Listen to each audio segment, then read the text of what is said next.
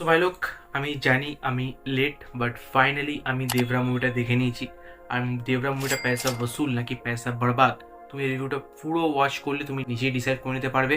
So without spoiler যদি আমি দেবরা স্টোরিটা ডিসক্রাইব করি, তাহলে জুনিয়র এনটিআর, যার মুভির ভেতর নাম হচ্ছে দেভারা, সে হচ্ছে লাল সাগরের বাচ্চা। আর লাল সাগর নামটা কিসের জন্য? কারণ সেটা রক্তে লাল হয়ে গেছে। আর এখানে দেভরা প্লাস ভেরা, যে ক্যারেক্টারটা প্লে করছে সাইফ আলী খান, এরা দুজনেই একসাথে একটা কাজ করে। অ্যান্ড কী কাজ সেটা আমি বলবো না, হয় তোমার জন্য মুভির স্টোরিটা স্পয়েল হয়ে যাবে। তো তারা সেই কাজ করতে করতে হঠাৎ তাদের একদিন মতে অমিল হয়ে যায়। অ্যান্ড তারপরেই ভাই বেসিক্যালি আমরা ভেরা ভার্সেস দেবরা, মানে junior NTR versus Saif Ali Khan একটা ফেস অফ দেখতে পাই। বাট তারপর সেই ফেস অফটা পুরোপুরি জাস্টিস পায় না। কেন পায় না সেটা রিজনে পরে আসছি, বাট এটাই হচ্ছে আপাতত বেসিক স্টোরি এই দেবরা মুভিটার। সো এবার যদি কথা বলি আমার মুভির ভেতর কী কী জিনিস ভালো লেগেছে। সো এই মুভির ভালো দিক হচ্ছে ইন্টারভলের আগে একটা অ্যাকশন সিকোয়েন্স আছে, যে অ্যাকশন সিকোয়েন্সটা আমার বেশ কড়াক লেগেছে। সেই অ্যাকশন সিকোয়েন্সটা মনে রাখার মতো ছিল। অ্যান্ড তারপর ক্লাইম্যাক্সে গিয়ে একটা টুইস্ট আছে যেটা আমার জন্য ওয়ার্ক করেনি, আমি আগে গেস করে নিয়েছিলাম। অ্যান্ড তুমি যখন মুভিটা দেখবে, তুমি যদি একটু হালকা মাথা ঘামাও, তাই তুমিও সেই টুইস্টটা আগেই গেস করে নিতে পারবে। অ্যান্ড সো ক্লাইম্যাক্সে গিয়ে একটা টুইস্ট আছে যেটা বেশ মাইন্ড ব্লোয়িং টাইপের, যেটা অ্যাকচুয়ালি ফিল করিয়ে দেয় যে হ্যাঁ ভাই, মুভিটা পুরোপুরি একটা মিশো থেকে আনা বাহুবলীর মতো। কাটাপ্পা কেন বাহুবলীকে মেরেছিল, এটা থেকেই ইন্সপায়ার হয়ে মেকার্সরা ক্লাইম্যাক্সে গিয়ে একটা টুইস্ট ছেড়ে দেয়। অ্যান্ড যেটার জন্য আমাদের পার্ট 2 এর ওয়েট করতে হবে। আর এবার যদি এই মুভির খারাপ দিকের কথা বলি, তাহলে অনিরুদ্ধের মিউজিক আমার এই মুভির ভেতর মিডিওকার লেগেছে, যেটা সচরাচর হয় না। আর এই মুভির ভেতর অনেকগুলো গান আছে যেগুলো আমার একটাও ভালো লাগেনি। বাট তারপরেও যেহেতু তার ভেতর জুনিয়র এনটিআর ছিল, ওনার এনার্জি ছিল, একটু হলেও গানটা অ্যাট্রাক্ট করেছে আমাদের। বাট তারপরও গানটা কিন্তু মুভির ফ্লোটাকে নষ্ট করে দিচ্ছিল। আর এই দেবরা মুভির স্টোরির ভেতরে কোনো নতুনত্ব নেই, কারণ বাবা ছেলের কাহিনী এতবার রিপিট হয়ে গেছে যে এখন সেটা পুরোপুরি প্রেডিক্টেবল, যে কারণে এই দেবরা স্টোরির ভেতর কোনো নতুনত্ব ছিল না। আর তার পাশাপাশি মুভির ভেতর যেসব ইমোশনাল সিনগুলো ছিল, তার পিছনে কোনো বিল্ড আপও ছিল না। অ্যান্ড যে কারণে মুভির ইমোশনাল সিনগুলো আমাদের উপর কোনো ইম্প্যাক্টও ফেলে না। আই মিন, স্ক্রিনে আসছে, তুমি ইমোশনাল সিনটা দেখছো অ্যান্ড দেন স্কিপ করে দিচ্ছ, এটার কোনো ইম্প্যাক্ট আমাদের উপর পড়ছেই না। অ্যান্ড দেন এই মুভির ভেতর কিছু সুপার হিরো মুমেন্টস আছে যেগুলো মেবি জুনিয়র এনটিআরের ডাই হার্ট ফ্যান্সরা খুব এনজয় করবে। যেমন একটা সিন আছে, জুনিয়র এনটিআর জাহাজ থেকে ঝাঁপ মারবে, মেরে নৌকায় পড়বে। অ্যান্ড ভাই যখন পড়বে তখন সে স্ট্রেট দাঁড়িয়ে আছে, কোমরে হাত দিয়ে পোজ দিয়ে।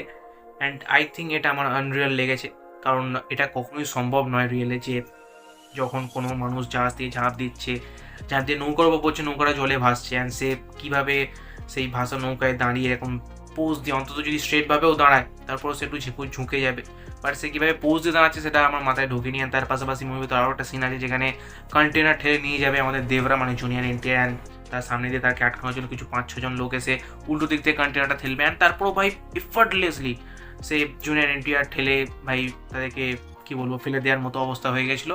সো এইসব আনরিয়াল মোমেন্ট আছে, যেমন ক্লাইম্যাক্সে গিয়ে একটা সার্কের মোমেন্ট আছে। আই মিন, মুভির মেকার্সরা ওভার দ্য টপ করতে চেয়েছে, আর কোথাও না কোথাও সেটা গিয়ে একেবারে আনরিয়াল ফিল হচ্ছে। অ্যান্ড এবার যদি পারফরমেন্সের কথা বলি, তাহলে জাহ্নবী কাপুরের পারফরমেন্স এই মুভির ভেতর দুর্দান্ত ছিল। ইয়েস, মানে ওনার মুভির ভেতর এন্ট্রি হয় স্নান করার সিন দিয়ে।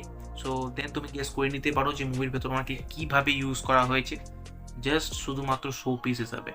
ইয়েস, অ্যান্ড মুভিতে যদি উনি নাও থাকতেন, মুভির ঘন্টা কিছু ফারাক পড়তো না। ইন্টারভেলের পর জাহ্নবী কাপুরের এন্ট্রি হয় এই মুভির ভেতর, অ্যান্ড হার্ডলি 10 মিনিট ছিল জাহ্নবী কাপুর এই হোল মুভির ভেতর। অ্যান্ড শুধুমাত্র ওনাকে ইউজ করা হয়েছে হটনেসের জন্য, আর কোনো রিজন নেই। এবার যদি জুনিয়র এনটিআরের পারফরমেন্সের কথা বলি, তাই RRR এর পর উনি ওনার স্ট্যান্ডার্ডটা একেবারে হাই করে দিয়েছেন। আর এখন উনি নিজেই সেই স্ট্যান্ডার্ডটা ম্যাচ করতে পারছেন না।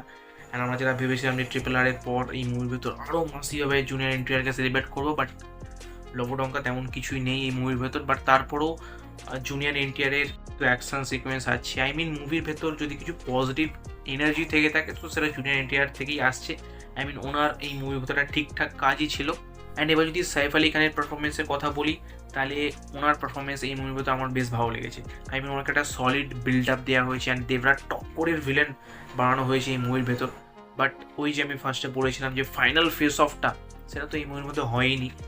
বাকি ওনার পারফরমেন্স যতটুকু ছিল এই মুভির ভেতর, ততটুকু উনি বেশ ভালোভাবেই প্লে করেছেন। বাট এখানে একটা মেকার্সদেরই দোষ যে ওনাকে ঠিকভাবে ইউজ করতে পারিনি। আমরা সবাই ভেবেছিলাম যে তানাজির মতো সাইফ আলী খান এই মুভির ভেতর একটা মেমোরেবল নেগেটিভ ক্যারেক্টার প্লে করবে, বাট তেমন কিছুই হয়নি। তো আমি দেবরা মুভিটাকে দেবো 5-এর ভেতর 2 স্টার। আর তুমি যদি দেবরা মুভিটা দেখতে চাও তো অবভিয়াসলি দেখতে পারো, সেটা তোমার পুরো নিজস্ব ডিসিশন। ওয়ান টাইম ওয়াচের জন্য একটা অ্যাভারেজ মুভি বা বিলো অ্যাভারেজ মুভি আমি বলবো।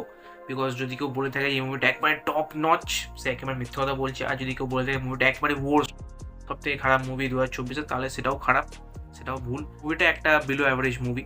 বাকি তোমার যদি দেখতে ইচ্ছা হয় তো তুমি অফকোর্স দেখতে পারো। অ্যান্ড আমি যেটা টেক্কা নিয়েও কথা বলেছি, তো তুমি যাও গিয়ে সেই ভিডিওটাকে চেক আউট করতে পারো তোমার সাথে সেই ভিডিওতে। So by.